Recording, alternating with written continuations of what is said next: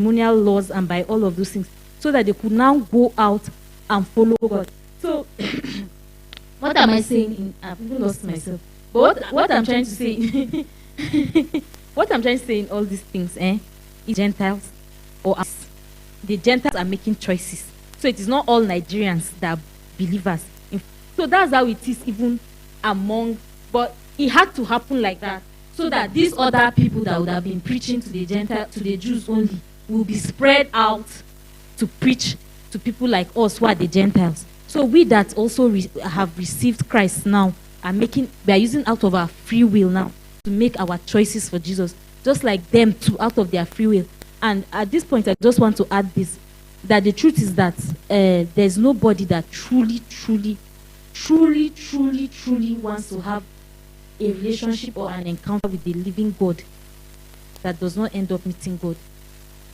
Yes, there's nobody that truly is seeking, whether you are in Buddhism or in Islam or in Christianity, the Christianity that is not the real Christianity, anywhere that you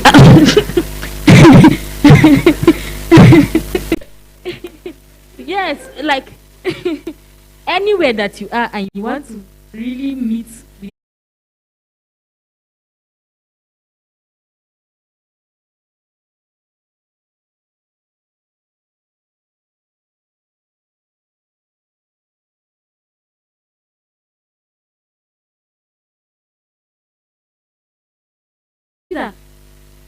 he was doing it with all sincerity.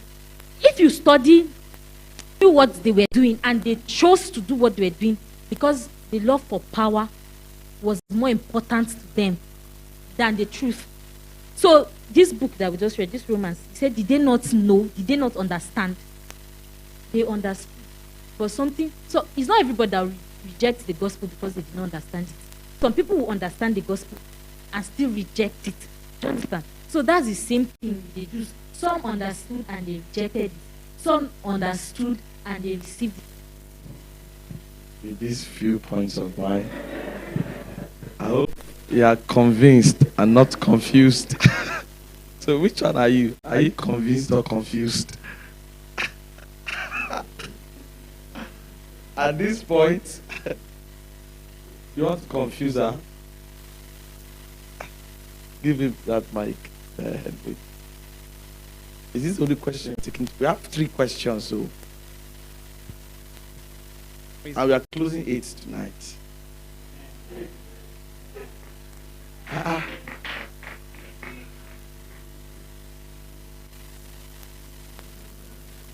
All right, let's go.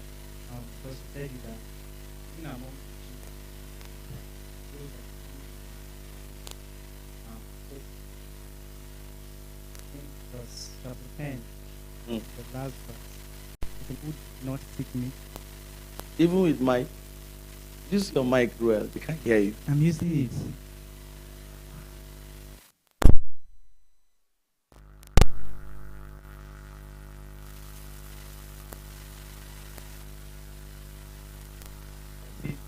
But Isaiah is very bold and says, I was found by those who did not seek me. I was made manifest to those who did not ask for me. But to Israel, he says, all day long I have stretched out my hands to a disobedient and for the Gentiles. And just to give a quick example, if you make a comparison between Saul and King David, if you look at it, it will seem as though it was David God wanted. But the same opportunity God presented to David that made David God's man, God presented to Saul also. So during that sacrifice that Saul made. This is a statement I've wanted to make for a very long time. I keep forgetting. I think I've made it before. Somebody was a lady, she was 29, still a virgin. All right? And she gathered with her girls and she said that she's still a virgin. And everybody thought, hi. And she was all earth, found only one man righteous. All right? Please follow me. That the number of people to be destroyed doesn't scare God. More is still remaining. It's not like more people. I said, when I heard the story, I laughed.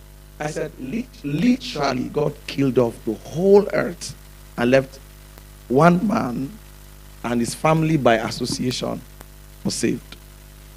And this is what I'm trying to say. That when Pastor Awa spoke, she spoke about the will of man. The second side to the equation is the will of God and timing of God. What God intends to achieve. All right? So see this. The whole earth was corrupt. All right? God gave up literally on man. Do you understand me? But God intended to perpetuate his will on the earth. Are we together? And there was only one kind of man that was qualified to bear God's dream, and it was a righteous man. So what happened? God literally recreated the earth. That's what happened.